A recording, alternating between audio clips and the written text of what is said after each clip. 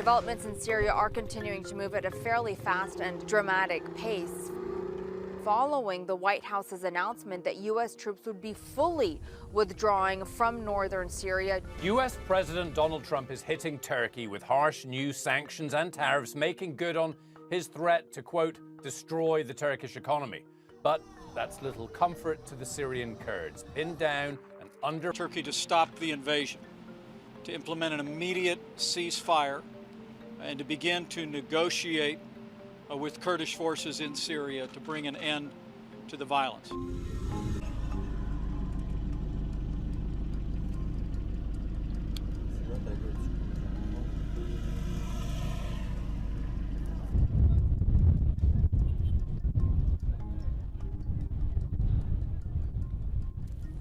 We've told Turkey, I spoke with President Erdogan of Turkey, and I said, got to treat them good, you got to take care of ISIS. We have to bring our people back home.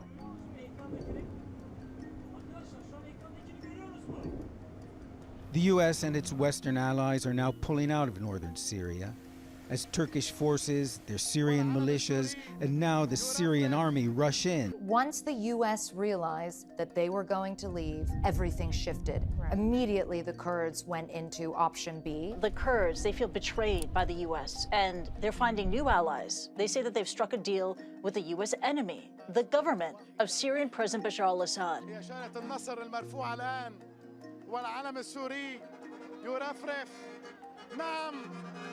There are some Syrian Kurds who were very close to the Americans and initially perhaps anti-regime in the first place. Those Syrian Kurds, well, they're troubled and they're wondering where they can possibly go.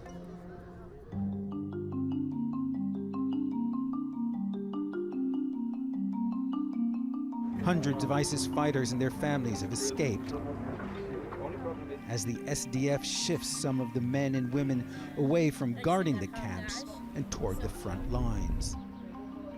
You effectively have all of the key factors in place that would lend themselves for an ISIS resurgence. And as one U.S. official said, this entire bloody fiasco that has unfolded has basically given ISIS a second lease on life.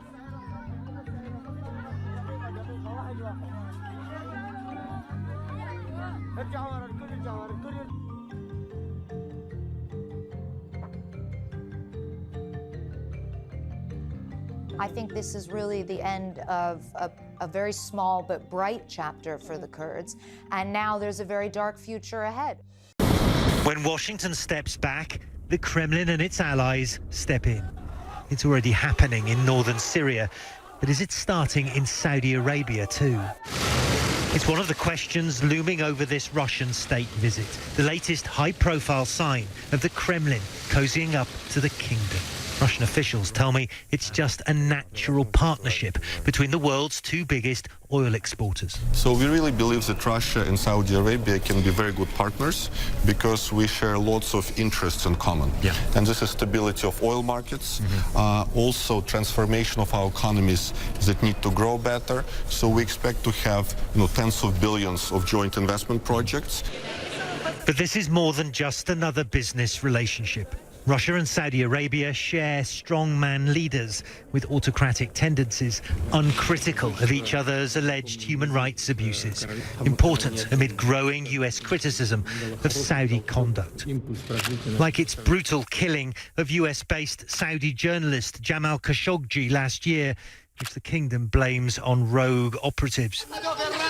And the alleged targeting of civilians by Saudi-led forces in its war on Houthi rebels in Yemen. The US Congress even tried to cut off arms sales over the issue. Still, this remains one of America's strongest allies, reluctant to criticize US policy, even a policy to which Saudi Arabia is bitterly opposed. Do you think it was right for the United States to abandon its Kurdish allies in this way? I don't think I would describe it as such. I believe that the US is still working with the Kurdish forces in the northeast of Syria.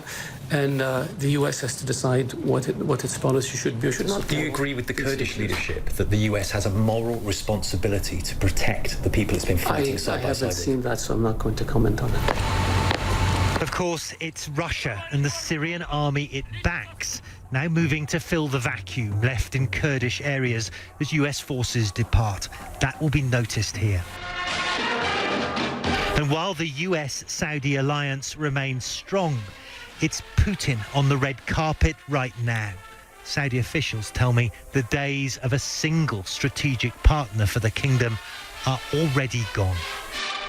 A brutal week winds down for the U.S. president, but he remains defiant at his rallies this week. President Trump unveiled what appears to be a new campaign theme. Speaking to his supporters with that message, here is the President of the United States.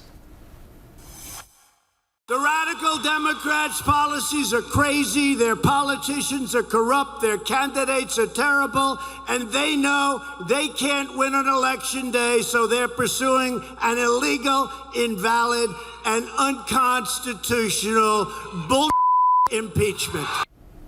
The President of the United States keeping an upbeat tempo after what by all accounts was a challenging week for this White House. Here's the latest to keep you up to speed. First, Mr. Trump's personal attorney, Rudy Giuliani. According to the New York Times, he's now under criminal investigation by federal prosecutors. Investigators want to know if his involvement in Ukraine broke any lobbying laws. Also on Friday, the former U.S. ambassador to Ukraine, she testified before Congress. Marie Yovanovitch explained how Giuliani trashed her reputation to Ukrainian officials in an effort to get her fired. And then finally, the acting Homeland Security Secretary has stepped down. Kevin McAleenan was on the job for just 6 months. He's now leaving, according to a Trump tweet, to spend more time with family and to work in the private sector. Sources say McAleenan was frustrated at running a department that was becoming more and more political. Today, I'm announcing the House of Representatives moving forward with an official impeachment inquiry. The president must be held accountable. No one is above the law. Speaker of the House Nancy Pelosi saying that everything was completely changed after President Trump came out and admitted that he did indeed in some form speak with and potentially pressure the Ukrainian president to investigate Joe Biden. This isn't relitigating the past. This isn't relitigating the election with Hillary Clinton. This is about the president abusing his office in seeking political dirt about an election that's upcoming. I think you have more people on the side of saying politics be damned here for a moment. There may be a real moral call that there's a constitutional responsibility here to hold the president accountable. That call was perfect. It couldn't have been nicer. What Joe Biden did for his son, that's something they should be looking at. This is 5-page transcript. It appears to be a nearly complete transcript of the July call where President Trump asked Ukrainian President Zelensky several times to collaborate with Attorney General Barr and his attorney, Rudy Giuliani, to look into Biden and his son Hunter. Now, he doesn't specifically mention military aid, but says the U.S. has been, quote, very, very good to Ukraine. So not an explicit quid pro quo, but the president was clearly teeing up his request to Ukraine. Impeachment for that? From my point of view, to impeach any president over a phone call like this would be insane. The American people are going to view this and roll their eyes because it's going to sound to them like much of the same thing they've been hearing for the last 3 years.